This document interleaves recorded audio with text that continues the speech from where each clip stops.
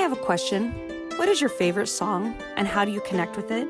Is it when you fell in love or through something really difficult? I'm your host, Tiffany Mason. Now join me as I interview others and we take a walk down memory lane with them. Let's get lost in why that music matters to them. Turn up your radio and let's explore Memories with a Beat. Hello, Podcast Land. Thank you for joining me for another episode of Memories with a Beat. Today, I have with me Bob Bland, and he is no stranger to podcasting. He has a couple of podcasts that we're going to, pick his brain and dive into and see what he's got going on. Bob, thank you so much for joining me today. Thanks, Tiffany. I appreciate you having me on. Of course. So, Bob, if you would, just let my audience know, where you are, what you got going on, what you're doing. Sure. So I am in suburban Dallas, Texas, and lived in Texas my whole life, but been in the Dallas area for about the last, 25 to almost 30 years now. It was early 90s. So been up here for quite a while. And like you said, just between work and podcasting, that's taken up the majority of my time. Well, a funny story about Dallas. When my sister was 16, we took a trip to Galveston. That's where I was born. I was born in Galveston. Well, that's where I got pooped on by a bird. Oh my gosh. I have actually been pooped on a bird in Galveston as well. Seagull. Yeah. Yeah. It must be the thing they initiate the strangers there. Oh, you're a tourist? Poop. Yeah. So anyways, my dad says, okay, Jenny, you want to drive my sister? Do you want to drive through Dallas? And she was like, yeah, okay. She's like 16, brand new driver's license. And she drove us through Dallas. And we were all like, looking through like fingers. Yes. So Dallas is not fun traffic wise. So yeah. Well, and we are from a small town in Iowa. So, now I live in Florida, but at the time, tiny, tiny town. And so she was used to single lane roads and dirt roads and farm tractors and yeah. So that was a whole new world for us. So interesting. What do you do for full-time work? I am a corporate trainer. Oh. I've been in employee training and development now for about 25 years. About 20, a little over 20 years. Wow, I'm impressed that you have the time to put into all the other podcasts that you do. That's impressive. Well, part of it's the empty nest situation. My youngest just graduated high school, so now my grandson was just born a few months ago, but he's only over here every so often. So sure. Yeah. Yeah. A couple of months ago. Yeah, they don't need you just yet, but pretty soon they'll start finding you very handy. Yep. Do you have multiple children, or is it just your youngest? I've got 4. Oh, okay. I've got 4 ranging in age from 26 to my youngest is going to be 19 in a few weeks. So, yep. Wow. Okay. I'm kind of in the same stage. I have a 20-year-old. He'll be 21 in November, so almost. And then 17, and then my little one is 10. So she'll be around for a little while years still. There. Yeah. Yeah. If you wouldn't mind, Bob, let me know what your podcasts are and then, what role you play in them. Sure. So I either host or co-host, this is kind of embarrassing, 5 podcasts. The one I've been part of the longest is called How Many? It's a pop culture roundtable that I am on with a few friends of mine. And we'll just talk about, how many good movies did Quentin Tarantino direct, or how many good records does Journey have, or how, we'll just pick up a topic out of thin air and kind of debate, the merits of their career. And so that one we've been doing for a while. And then last year, I started getting the itch to do one myself related to music. So that's what the main one I do now, Bend and Scoop. Do it every week. It's every Friday I put it out. And it's basically a curated playlist. I am in my mid 50s, and most of my friends, some of them are around my age, maybe a few years younger, but a lot of them are stuck in that classic rock rut where they don't listen to hardly any music past the year 2000. So I've always been more focused on kind of indie music, indie rock, and so I'm trying to expose lesser known bands and singers to people that may not be aware of them. So it's a good way to do that. And also part of it is kind of focusing on the resurgence of vinyl, the old school records, and now that those have really made a comeback, just spotlighting the local mom and pop record store. Because for me, when I was a teenager, that was where I spent a lot of my time, was hanging out at the record store. Yeah. Well, and I So know that you said, funny enough, that you had. So my last episode was with David Rosen, and he has Wax Tracks, which is a record store. So I'm sure you guys had a lot to talk about on the episode that you had David on your podcast. yeah, that was great. His dad owns that store, and he's there with him. They moved it to Vegas several years ago, and I told him next time I'm in Vegas, I definitely want to swing by and check that place out because it sounded awesome. I That's kind of my always been kind of a dream of mine. Someday would be cool to own a record store, but I realize Mm. also that it's probably one of those things that's better to dream about than actually. The reality of it's probably not as glamorous, but yeah, it sounds like a lot of fun. Well, and especially like just I think it's easy to romanticize the fact like his dad had the store and he got to go like, rummage through the records, and then he had that epiphany like, wait, there's more that's going to come out from this band. Like how amazing is that? And I don't know, just the whole thing of it seems, I don't know, romantic to me. Yeah, and that's even, the dad connection. That's how I got into music and records as well, because Ah. I just remember in the car when I was a kid, and back then it was 8 tracks. My dad, they had 8 tracks in the car, so we'd take road trips to Galveston most of the time because my Mm. grandparents were there. And so I'd be listening to different 8 tracks in the car that he was listening to, whether it was Elton John or the Rolling Stones or whoever. And so that's really kind of how I got into music. And plus, he would take me along with him when he'd go to the record store, and they had a used Mm. section that was a quarter for used records. So I would, buy Perfect. records that way to start off with when I was a little kid. Yeah, yeah. Well, speaking of road trips, if anybody's going on a road trip, I would really recommend Bend and Scoop because it's like it's about an hour long and you really review a ton of music. And that's something that I've really enjoyed about my podcast in general is just being able to be exposed to all these different genres that I wouldn't have before. Or honestly, like even with David, him bringing up The Cure, like I had heard of The Cure and it was definitely during my time, but did I remember it? No. Did I realize it at the time? No. So even just to have him kind of remind me or bring it up, I was like, oh yeah, okay, yeah, I do know The Cure. Or even like a lot of people have talked about the Beatles, and I'm like, oh my gosh, that's by the Beatles. Oh, that's by the Beatles. So it's been just really eye opening for me. And the other thing I love about that title is it's Bend and Scoop, and so it spells bands like guitar band or hair Yeah, band. B and S. Yeah. Yeah, and then I love that the B and S, and then so I confirmed the name with you, and you had said yeah B and S, and I said like beer and sunshine, and you're like yeah, that's what I meant. Yeah, I like that even better, I think. Well, there's that song by Darius Rucker, so yeah, Yeah, yeah, it made me think exactly. of that. Uh, yeah, I actually saw Hootie and the Blowfish a couple years ago when they came through Oh, town. So fun. that was, Yeah, yeah, very cool. yeah.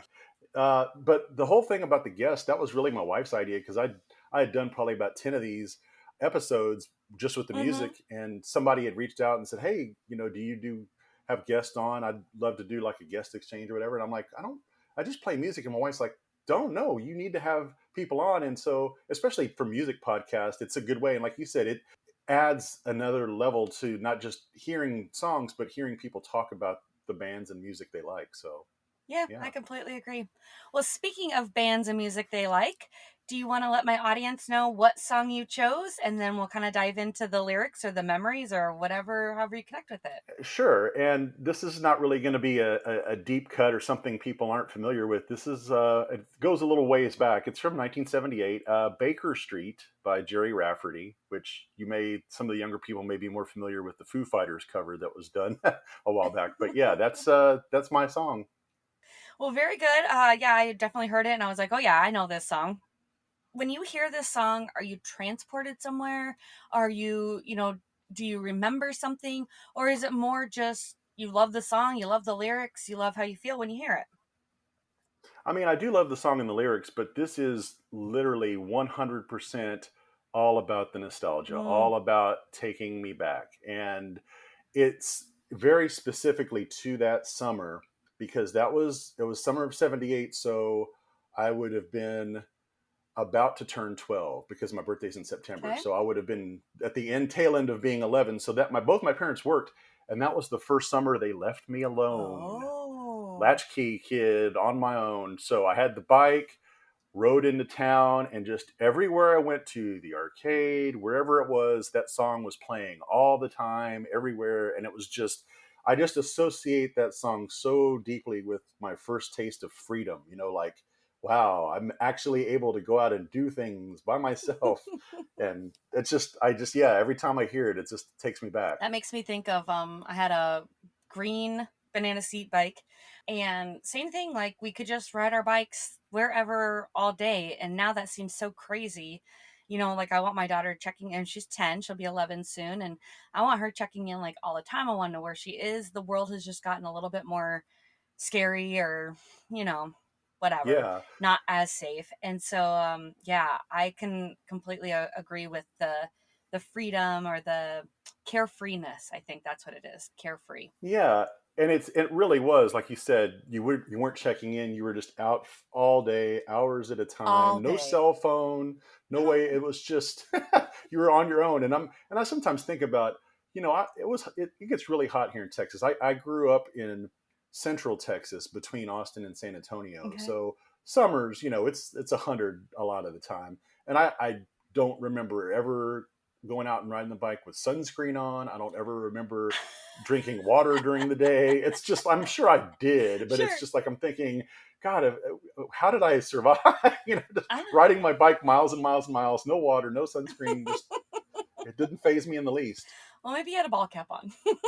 Yeah, maybe so.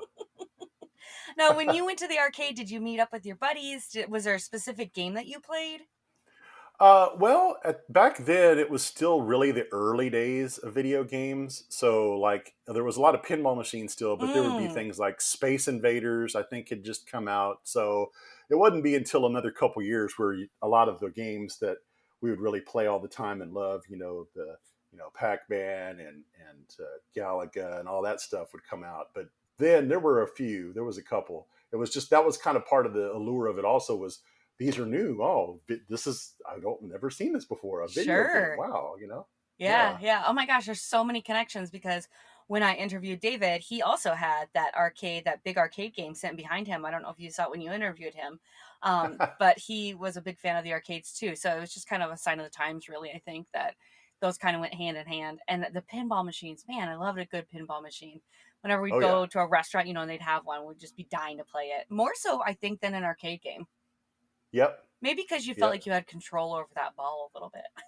Well, I think there was a lot more sensory stuff going on too. Sure. You could feel and hear the sounds were more vivid. Everything was just really more intense, and you were more engaged with kind of the sensory aspect of it. I was gonna say it was like sensory overload, really, because that ball Yeah. would go over like the little circles, and it would be ding, ding, ding, and then it would go up, and something on the game would vibrate, and then it would come back down, and you'd hit it with the little flipper. Yeah, and lights are going off everywhere. Yeah. Yeah. Now, did you have a buddy that you would meet up with? Was there specific friends that you hung out with all the time? I mean, I would run into people from time to time, but I was kind of flying solo a lot at that point just because I have a weird situation where I'm the only child of two only children. So I didn't have any siblings. My parents don't have any siblings. I don't have any cousins, no aunts, no Oh uncles. So I was gosh. just kind of used to doing my own thing. But I would run into people, sure, that I knew. And there just weren't a lot of kids in that neighborhood because we had previously lived out a little bit further in the country from back moving into town. And there were a few more kids where we lived out in the country, and then in town there weren't a ton of them, but I'd see some of them every now and Wow, you don't ever hear that. In the country there then. were kids, but in town there was nobody. Well, not at least not the part of town I was in. Now in the town in general, yeah. Yeah. And when I would ride my bike in this, about half mile or so into where all the stuff was, the arcade and everything, yeah, there definitely would be some kids down there as well. Now, did you have a 18-inch wheel bike, or did you have like a adult bike with like the gear shifters and all that stuff?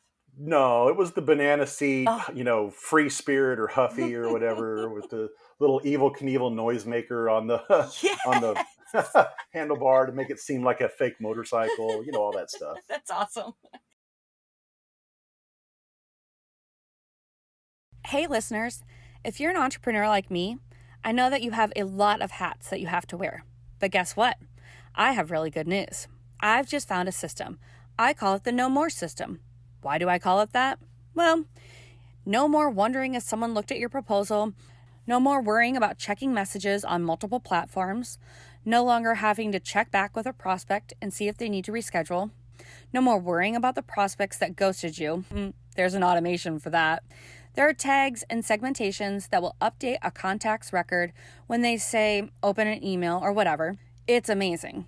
No more worrying about updating your pipeline. No more, I've got to make sure to send this person information. No more to a lot of things. So I call it the No More system, even though the actual name is Follow Up Speed. Follow Up Speed as a CRM, an automated follow up team. You can run a promotion, a course, a membership. It can even be your website, all rolled into one quote unquote hub, if you will.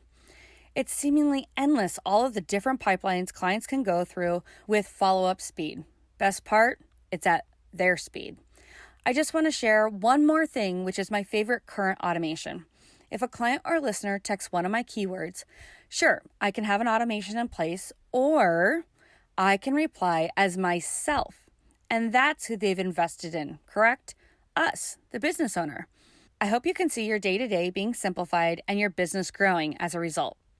Check out Follow Up Speed now by texting info, all capital letters, to 904-560-5597.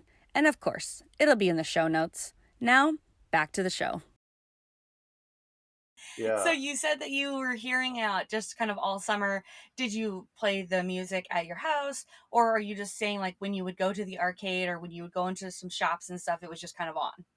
Yeah, it was just omnipresent. And it seems like if you think about it, most years there's always, especially during summertime, there's always at least one song that you just hear everywhere you go. Like back when I guess Hey Ya was big, you would hear Yeah. that all the time, no matter. It's just it crosses genres, it crosses age groups. It's just they play it, and it's not a thought about, oh, this is just kids music or whatever. It would just be something everybody would be familiar with. Well, and a good point with Hey Ya, that's just like a feel good and easy to sing along to. And you're right, spreading across, genres and generations. Yeah. And that's kind of how Baker's Street is as well. It's just kind of a feel good, easy to sing along to.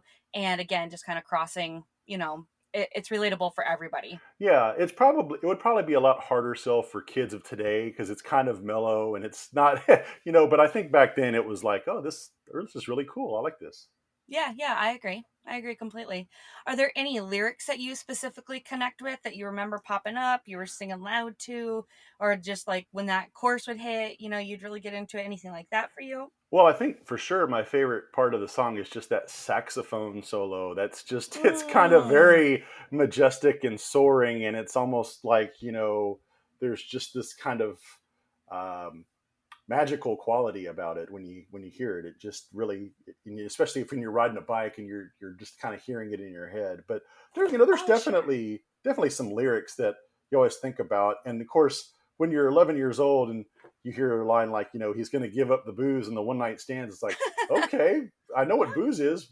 One night. Oh, so what is it? They're just playing a one night at a venue and then leaving. Okay, no, it's not exactly what he was getting. So some of the lyrics probably went over my head at that age, Yeah. but yeah, it's Isn't it funny though how you do hear some songs and you're like, oh gosh, okay. yeah, yeah. Maybe I this didn't wasn't realize what I was exactly. singing along to. Yeah, for sure. Yeah. Or of course, there. I don't know that I had any in this particular song, but there's always the misheard lyrics too. Oh, those are my favorite. Yeah, Those are and my I think favorite. I think a lot of those come from when you are that age, and you just, especially when we were growing up, you didn't have the internet, you couldn't look up lyrics. It's just you kind of had to transpose them mentally, and the first interpretation you have, that's still what you think you're hearing. But there's tons like that I can go back and think about, and there's probably still a few that I'm getting wrong today. I know. I think it is true though because we used to be able to go and you could buy the cassette and it'd have the. Did they have that with like if you bought an 8 track? Did they have a list of lyrics and stuff? Some kind of No, eight input. tracks were super basic. It Okay. was just the sticker was on the actual tape, and on the back it would just have the songs that were on it. But yeah, but like you said, cassettes. A lot of times you'd open the insert and it would almost unfold, and you'd have all the lyrics and stuff on there. So that was, and that's one of the reasons why I really love vinyl and really gotten back into that, is because the artwork's bigger and you can pull out and see the vinyl, in the sleeve has the lyrics on it and everything. So Well, there's something very impressive too about holding the large record in your hand and then you place it down. And there's a song that I reviewed, Having a Record Year, and he talks about placing the needle and it goes round and round. It's just such a good yeah, visual, though, how impressive it is that those words are embedded on that record and all we can see are the circles, but you put that needle on there and then, you know, and just like yeah, I think like the static or if there's a scratch, somehow that's so endearing now, because we don't yes, have any of the imperfections now. yeah. I just love that sound that it makes when it Hmm. first drops on Hmm. the vinyl. I would agree.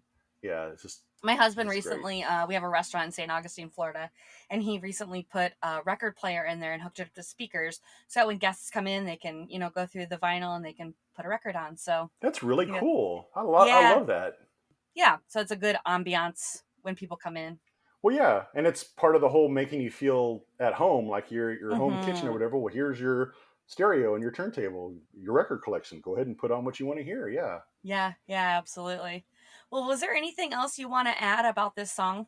I just think that it stands the test of time, at least for me. And but I Mm-hmm. think it's always very much a time and place thing. I mean, there's one other song that has a very similar connection to me that when I hear it, I have it's like a time machine for me, and it's just all because of college. I'm not sure if you're familiar with New Order, Bizarre Love Triangle. That's one of those songs where you may not recognize the name, but if you heard the song, you'd be like, "Oh yes, I've definitely heard that." It's been in a million. Sure. It's been in movies and all sorts of stuff. But it's one of those when whenever I hear it, I immediately go back to any bar, any dance club, any frat party I was at in college because that was again, it's all about something you just heard all the time back in those scenes in that situation. And so today, anytime that comes on, and anytime this comes on Baker Street, I get transported.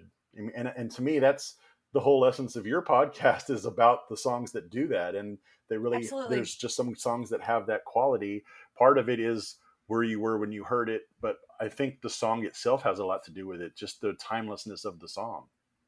Well, and I love that what my last guest said is he said, music does not instill emotion in us. It like uncovers the emotion. It brings that Yes. emotion to the surface. So it would make sense that in really good times or in really bad times, we have these songs that like instantly transport us because what a great feeling like you're on your bike. You probably could ride your bike, no hands. So you're like riding your bike through town. You're Yeah. feeling like king cool because, you're on your own, all that carefree freedom. And yeah, that song just kept coming on. So now when it comes on, you're like, man, I was Yeah. the king that summer.